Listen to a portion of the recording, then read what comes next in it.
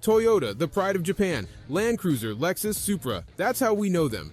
But the world knows them for Camry, RAV4, and Prius. This is the milquetoast brand of inoffensiveness and reliability from the little island nation of anime and sushi, and rightfully so. They sell a hell of a lot of those cars, like more Corollas are sold every year than pretty much any other vehicle. But you see, sometimes Toyota can be more than a profit-hungry powerhouse. Sometimes they do something special, as if to say to the world, yeah, we make the automotive equivalent of beige paint, but we are still masters of the art of making cars. And their very first pièce de résistance was the Toyota 2000 GT. Before the Supra, before the Celica, before any Toyota you care about, Toyota created a special sports car. They joined forces with Yamaha to make an engine that looked amazing and set a standard for sports cars for many years. Toyota entered the world of fast, fun cars with long hoods and succeeded. The 2000 GT not only changed people's views on Toyota but also on what a Japanese sports car could be. Then, 33 years went by. Toyota had some successful cars, but nothing as remarkable as the 2000 GT in 1967. Japan as a whole couldn't recreate that moment either. 3 decades passed and the car world went wild. Supercars became the big thing. Ferrari became famous, but also known for not being very reliable. Lamborghini gave us the Miura, the Countach, and the Diablo. Even Ford made a supercar and beat Ferrari with their GT40. Why didn't Toyota or any Japanese company make a big impact in the world of supercars? Well, there was the NSX, but let's be honest, it didn't stir emotions like a Ferrari F40. It was more like a sporty car than a true supercar. Some might mention the Supra, GTR, and GTO, but those were great sports cars, not supercars. In the 90s, supercars like the McLaren F1 were hitting 240 miles per hour with 618 horsepower, while the R34 GTR fell short in power. There was also the Nissan R390, but it was relatively unknown. From 1967 to the mid-2000s, Japan didn't have supercars that could compete with the world's best. Japan was known for making reliable and affordable cars, not super-fast supercars. In 1999, as the new millennium approached, Japan needed a hero, someone like Enzo Ferrari or Carroll Shelby. The question was, where could we find such a person? In the past, Honda could only make a V6 Ferrari, and Nissan planned to make a supercar from Frontier parts. Mazda cars in the 90s were like Fords with a different name. Mitsubishi didn't want a fast TV, they wanted a supercar. However, Toyota was the only company in Japan up to the challenge thanks to their money and determination. But the true vision behind this came from Hirohiko Tanahashi. In the year 2000, the world faced a computer disaster called Y2K. Toyota's subsidiary, Lexus, launched Project P280 with low expectations. Their goal was to create a supercar that could travel 200 miles per hour. In 2001, Tanahashi became the head of Lexus's Project Z and started working on the Lexus LFA, a new project car. Before that, he was involved in creating popular Toyota cars like the Soarer, Baristo, and Celica. Tanahashi was an expert at making cars handle well, and he aimed to provide the ultimate driving experience with the LFA.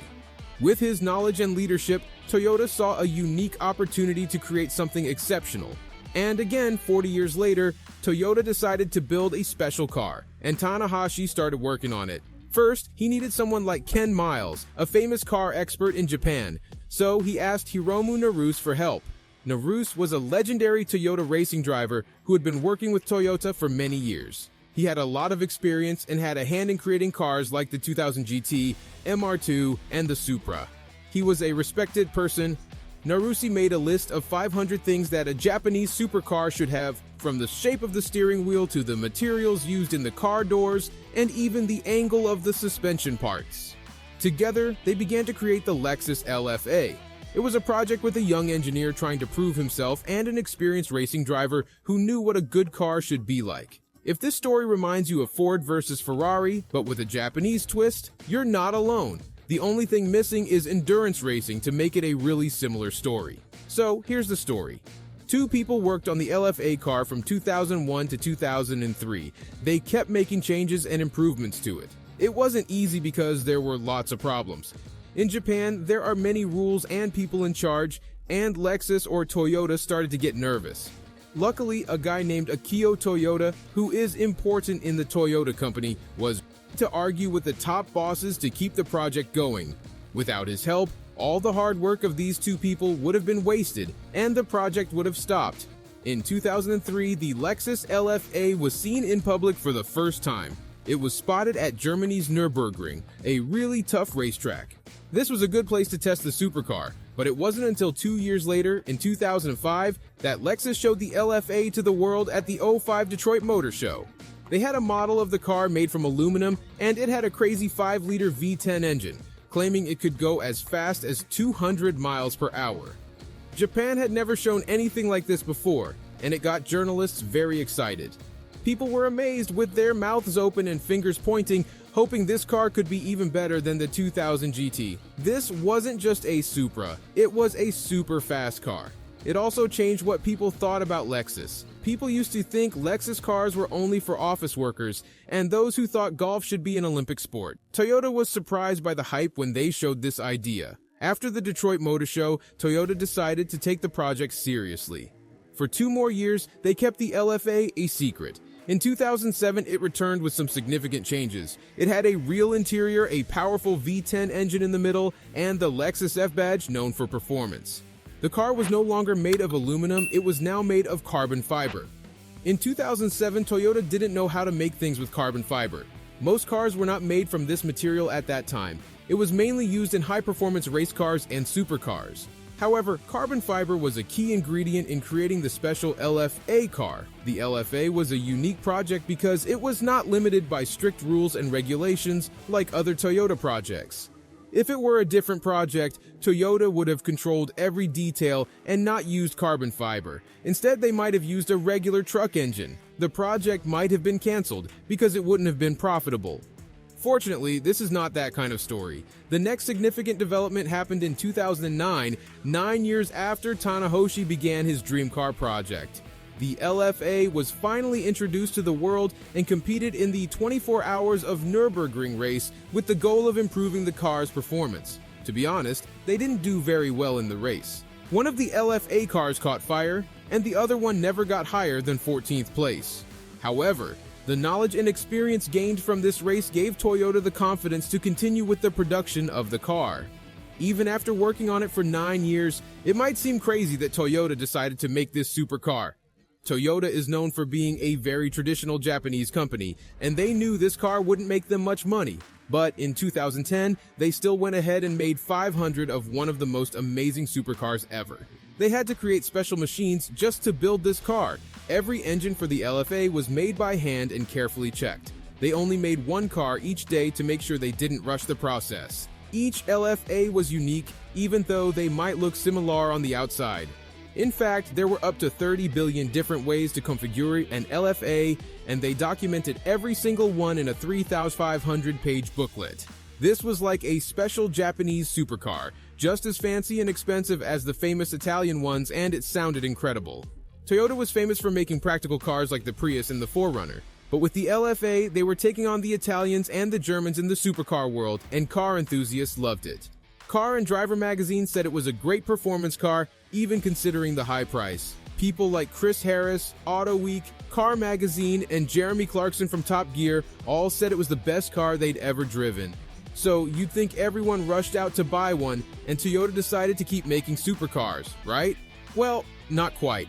It turns out the people who could afford the LFA didn't really want it, and the people who wanted it couldn't afford it. They didn't want to spend almost $500,000 on a car with a Lexus badge, even if it was a high-performance machine. For them, the badge on a supercar is just as important as how fast it goes. The Lexus LFA had a tough time selling because there were only 500 of them available. And unfortunately, there's some sad news. Hiromu Naruse, who helped create Japan's best supercar, passed away in a car accident while testing the Nürburgring Edition LFA at the Nürburgring racetrack when he was 66 years old. Even though this marks the end of a very important figure in Japanese automotive history, it doesn't mean the end of the LFA. In 2011, Lexus introduced the Nürburgring edition of the LFA. This new version was faster, lighter, and more powerful, making it even better than the original. It set a record lap time of 7 minutes and 14 seconds at the Nürburgring, becoming the fastest production car to complete that circuit. This was a remarkable achievement in Japanese engineering, with every aspect of the car finely tuned for maximum performance, and the engine sounded amazing, making it a top-notch car. And then, 7 years after the first version was tested at the ring, and after many people worked really hard and a lot of money was spent, and even after the creator passed away and it became super popular in December 2012, they stopped making the LFA.